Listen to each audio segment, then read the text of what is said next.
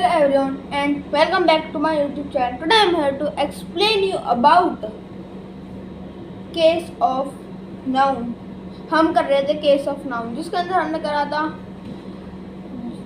Nominative क्या होते हैं, ऑब्जेक्टिव क्या होते हैं और आज हम कर रहे हैं जेंटिव क्या होते हैं या फिर पोजेसिव क्या होते हैं। तो इसको जल्दी जल्दी ख़त्म करते हैं क्योंकि ये ज़्यादा हार्ड नहीं है।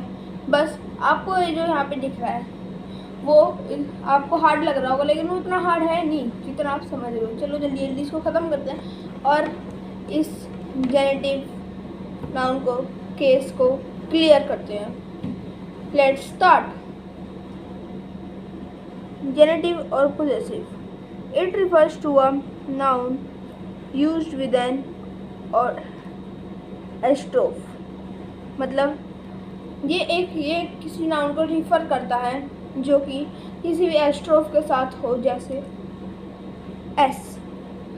अगर कोई भी नाउन एस के साथ हो या ये यहाँ पे ये जो हाईलाइट करने के लगता है उसके साथ हो, टू डिनोट रिलेशंस। और पोजेसिव, जब किसी नाउन का प्रयोग एपोस्ट्रोफे के साथ संबंध या अधिकार दर्शाने के लिए हुआ तो उसे जेनेटिव केस में जाना जाता है।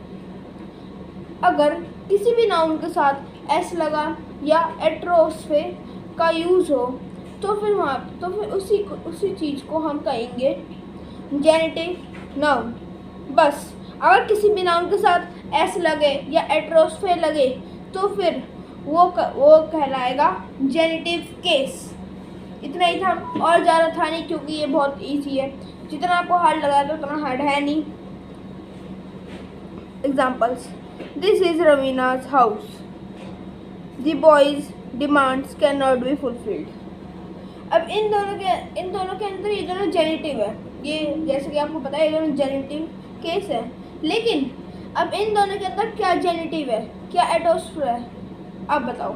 कमेंट्स के अंदर बेबी रोक दो पॉज करके क्योंकि मैं अब बताने जा रहा हूँ। सो अभी जल्दी इसको ख़त्म करते हैं और पॉज आपने कमेंट कर दिया होगा, जल्दी जल्दी इसको करते हैं।